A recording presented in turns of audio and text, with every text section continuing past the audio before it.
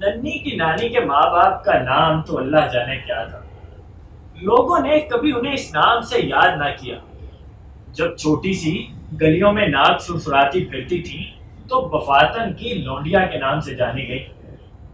اس کے کچھ عرصہ بعد بشیرے کی بہو کہلائی اور پھر بسم اللہ کی ماں کے لقب سے یاد کی جانے لگی، اور جب جنازے کے اندر ہی بسم اللہ ننھی کو چھوڑ کر چل بسی تو آخری دم تک ننھی کی نانی کے نام سے یاد کی جانے لگی۔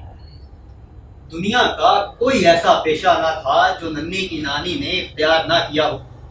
کٹورا گلاس پکڑنے کی عمر سے ہی وہ تیرے میرے گھر پر 2 وقت کی روٹی اور پرانے کپڑوں کے عوض چھوٹے موٹے کام پر جوت دی گئی۔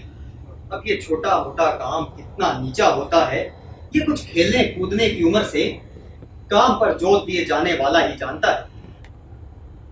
ننھے میاں کے آگے جھنجھنا بجانے کی غیر دلچسپ ڈیوٹی سے لے کر بڑے صاحب کے سر کی مالش تک اوپر کے کام کی فہرست میں آ جاتا ہے۔ یہ دنیا کی دوڑ میں کچھ بھوننا بسرنا بھی آ گیا اور چند سال ماما گیری میں بیت گئے، مگر جب دال میں چھپکلی بگاڑ دی اور روٹیوں میں مکھیاں پرونے لگی تو مجبوراً ریٹائر ہونا پڑا۔ اس کے بعد تو میں بس لگائی بجھائی کرنے اور ادھر کی بات ادھر پہنچانے کے سوا کسی کرم کی نہ رہی۔ یہ لگائی بجھائی کا پیشہ بڑا منافع بخش ہوتا ہے۔ محلے میں کھٹ پٹ تو چلتی رہتی ہے، لیکن اگر ہوشیاری سے مخالف کیمپ میں جا کر مخبری کر دی جائے تو خوب قاتل نگارت ہوتی ہے۔ لیکن یہ پیشہ بھی آخر کتنے دن تک چلتا ہے؟ آخر کار اب مہذب طریقے سے بھیک مانگ کر گزارا کر رہی۔ کھانے کے وقت نانی ناک پھیلا کر سونگتی کہ محلے میں کس گھر میں کیا پکا ہے، اور بہترین خوشبو کی ڈور تھام کر وہ اس کے گھر جا بیٹھتی اور بڑی بے تکلفی سے پوچھتی، اے بیوی، گھیاں ڈالی ہیں گوشت میں؟ نہیں بوا، گیا نگوڑی آج کل گلے کہاں ہے، آلو ڈالے ہیں آلو۔ سبحان اللہ، کیا خوشبو ہے! اللہ رکھے بسم اللہ کے بابا کو آلو سے عشق تھا۔ روز کہ بسم اللہ کی ماں آلو گوشت، دیکھو آلو گوشت۔ اب تو مہینوں گزر جاوے ہیں جو آلو گوشت آنکھوں سے بھی دیکھ جاتے۔ دھنیا چھوڑ دیا؟ نہیں بوا، دھنیا نگوڑا تو سب مارا گیا، پڑوسی کا کتا کل کیاری میں لوٹ گیا۔ دھنیے کے بغیر آلو گوشت کیا کھا مزہ دے گا؟ حکیم جی کے یہاں منو لگا ہے، کہو تو لاؤ۔ نہیں نانی نہیں، حکیم جی کے لونڈے نے کل شبن میاں کی پتنگ میں کٹکی لگائی، ہم نے تو صاف صاف منع کر دیا، خبردار جو چھجے پر قدم بھی رکھا۔ میں تمہارے نام سے تھوڑی نہ مانگوں گی، بچی سمجھتی ہو کیا مجھے؟ ارے ماہر ہوں اپنے کام کی، اور یوں میں برقع سنبھال سلیپریں سٹ پٹاتے حکیم جی کے یہاں جا پہنچی۔ پہلے کھٹ کھٹ کرتی دھوپ سینکنے کے بہانے کیاری تک گئی، ایک پتی خوشبو سونگھنے کی نیت سے ہتھیلی میں لے کر بس لی، اور جو ہی حکیم جی کی بہو کا دھیان بٹا، یہ ہمارا میڈیکل تو چپٹا۔ اور دنیا مہیا کرنے کے بعد ظاہر ہے نانی 2 نوالوں کی حقدار تو ہو ہی جاتی۔ نانی اپنے ہاتھ کی صفائی کے لیے سارے محلے میں مشہور تھی۔ کھانے پینے کی چیز دیکھی اور لقمہ مار گئی، بچے کے دودھ کی پتیلی منہ سے لگائی اور 2 گھونٹ پٹک لیے، شکر کی پھینکنی مار لی، گڑ کی دلی تالو سے چپکائے بیٹھی ہیں، دھوپ میں مزے سے چوس رہی ہیں، 2 چپاتیاں لی، آدھی نیفے کے ادھر آدھی ادھر، اور حسب معمول کراہتی کونتی سب جانتے تھے، مگر کسی کو منہ کھولنے کی ہمت نہ تھی۔ کیونکہ نانی کے ہاتھ میں بجلی کی سی تیزی تھی اور بے چبائے نکل جانے میں وہ کوئی عیب نہیں سمجھتی تھی۔ دوسرا یہ کہ ذرا سے شبے پر وہ فیل مچانے پر تل جاتی، اتنی قسمیں کھاتی اور جھوٹا قرآن اٹھانے کی دھمکیاں دیتی کہ توبہ بھلی، اب کون جھوٹا قرآن اٹھائے اور اپنی قبر میں کیڑے پڑوائے۔ چور اور چکما باز ہونے کے علاوہ نانی پڑلے درجے کی جھوٹی بھی تھی۔ سب سے بڑا جھوٹ تو ان کا وہ برقع تھا جو ہر وقت ان کے اوپر سوار رہتا تھا۔ اس برقع میں کبھی نقاب بھی تھی، پر جو محلے کے بڑے بوڑھے فوت ہو گئے یا نیم اندھے ہو گئے تو نانی نے نقاب کو خیر بات کہہ دیا، مگر فیشنیبل برقعے کی ٹوپی، وہ ٹوپی نانی کی کھوپڑی پر ہمیشہ چپکی رہتی تھی اور برقع پیچھے بادشاہوں کے جھول کی طرح لہراتا رہتا۔ یہ برقع صرف سطر ڈھانپنے کے کام ہی نہیں آتا تھا، بلکہ دنیا کا ہر ممکن اور ناممکن کام اسی سے لیا جاتا۔ اوڑھنے بچھانے اور گڑی مڑی کر کے تکیا بنانے کے علاوہ جب کبھی میں خیر سے نہا لوں تو اسے تولیے کے طور پہ استعمال کرتی ہوں۔ 5 وقتہ نماز کے لیے جانماز، اور جب محلے کے کتے دانت نکوسیں تو ان سے بچاؤ کے لیے اچھی خاصی ڈھال۔ یہ کتا پنڈلی پہ لپکا اور برقعے کا گھیر اس کے منہ میں پھنکارا۔ بس یوں جانو کہ یہ برقع مجھے بہت پیارا ہے۔ فرصت میں بیٹھ کر اس کے بڑھاپے پر اسوار کیا کرتی، جہاں کوئی چندی کتر نہیں احتیاطاً چپکا لیا۔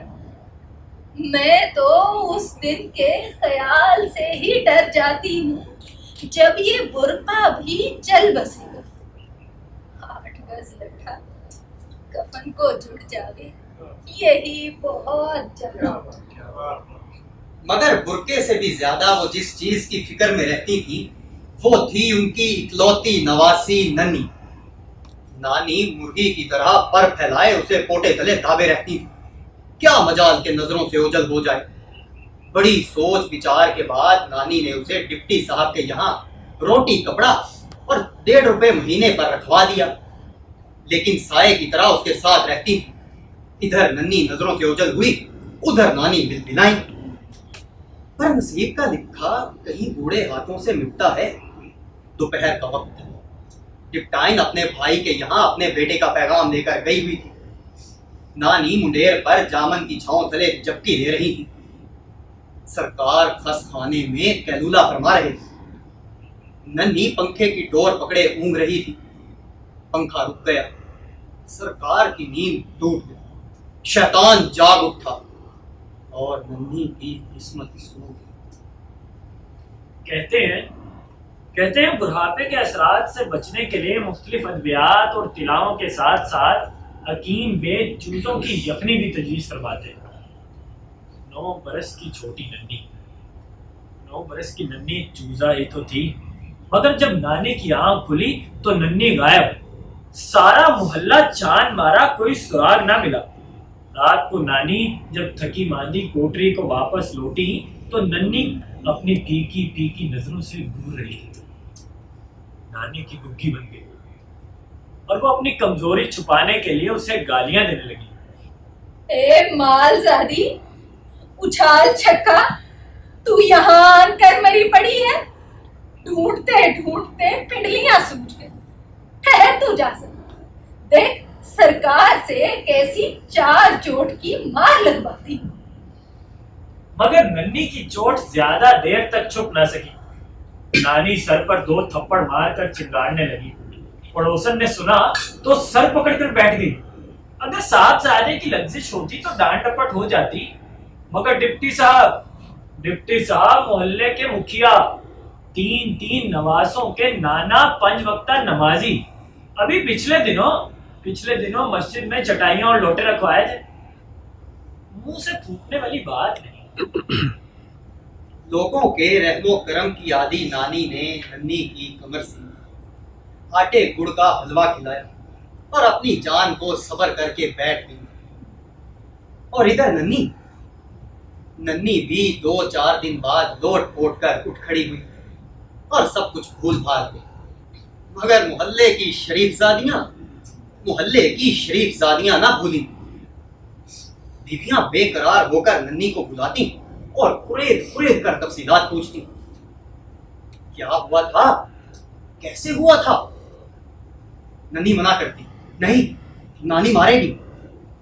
ارے نانی کو کیا خبر ہو، یہ لو چوڑیاں پہن لیجیو۔ ننھی کچی تفصیلات بتاتی اور بیویاں ناکوں پر دوپٹے رکھتے ہیں۔ ننھی بھول گئی، مگر قدرت نہ بھول سکی۔ کچی کلی قبل از وقت کھلانے سے پنکھڑیاں جھڑ جاتی ہیں، میرا ٹھوٹ رہ جاتا ہے۔ ننھی کے چہرے سے بھی جانے کتنی معصوم پنکھڑیاں جھڑ گئی، چہرے پر پھٹکار، روڑا پن۔ میری بچی ننھی، بچی سے لڑکی نہیں بلکہ چھلانگ لگا کر عورت بن گئی۔ قدرت کے مشاق ہاتھوں سے سنواری بھرپور خوبصورت عورت نہیں بلکہ ایک ٹیڑھی میڑھی عورت، جس میں کسی دیو نے اپنا 2 گز لمبا پاؤں رکھ دیا، جیسے کچی مٹی کا کھلونا کمہار کے گھٹنے تلے آ کر دھپ گیا۔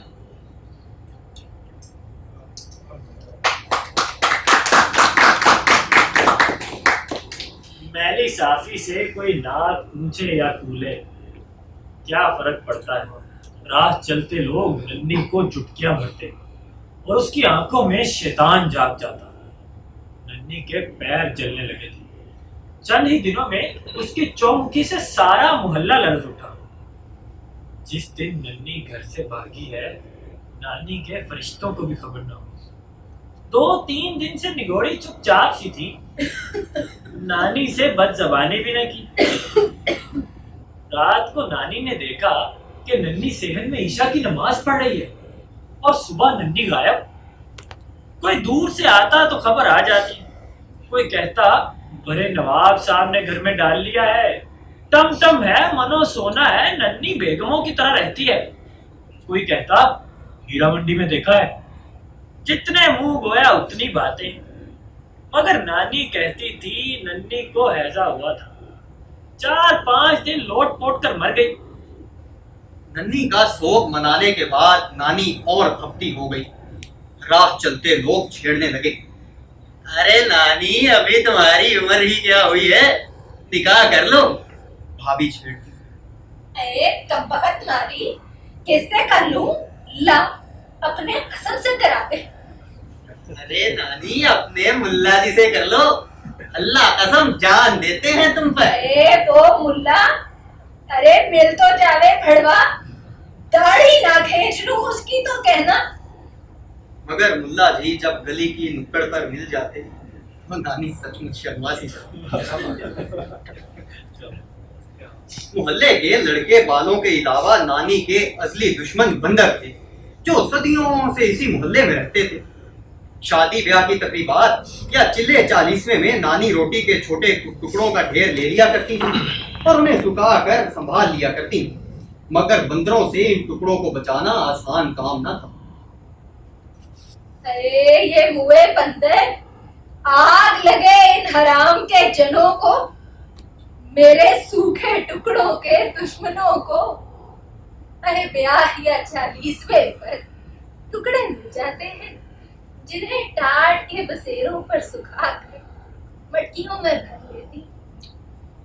جب ذرا بھوک لگی 2-4 ٹکڑے اٹھائے، چرمر کیا، پانی کا چھینٹا دیا، لون مرچ چھڑکا، مزیدار شوربہ تیار۔ بس یوں ہی کھانا کھا لیتی۔ کاش اللہ نے میرے پیٹ میں بھی کوئی اونٹ جیسا انتظام کیا ہوتا، ایش آ جاتے، مگر یہاں تو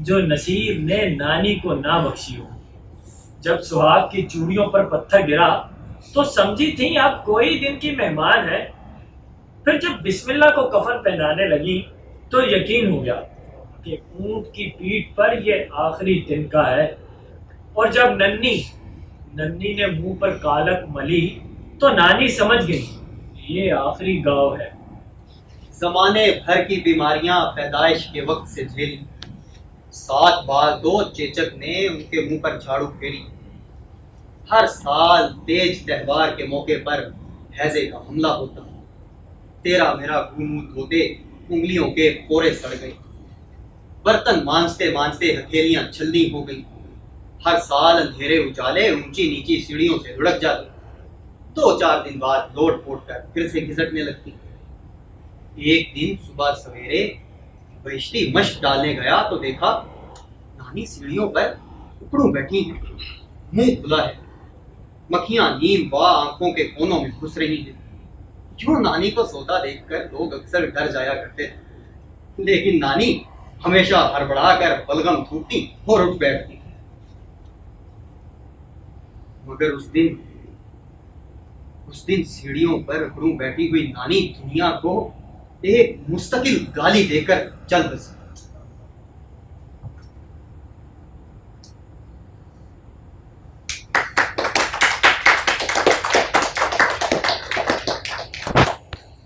زندگی میں کوئی گل سیدھی نہ، کروٹ کروٹ کانٹے۔ مرنے کے بعد قبر میں بھی نانی کو اکڑوں لٹایا گیا، 1000 کھینچ تان کی مگر نانی کا جسم سیدھا نہ۔ حشر کے دن سور پھونکا ہوا، نانی ہڑبڑا کر پھنکارتی ہوئی جیسے لنگر کی بھنک کان میں پڑ گئی۔ فرشتوں کو صلواتیں سناتی لشتم پشتم پھول سرات سے اکڑوں گھسکتی ہوئی خدائے ذوالجلال والاکرام کے حضور میں پہنچی۔ انسانیت کی اتنی بڑی توہین دیکھ کر خدا کا سر شرم سے جھک گیا اور وہ خون کے آنسو بہانے لگا۔ خدا کے وہ خون میں ڈوبے ہوئے آنسو نانی کے کچے ڈھیر پر گر، جہاں سرخ سرخ لالے کے پھول میں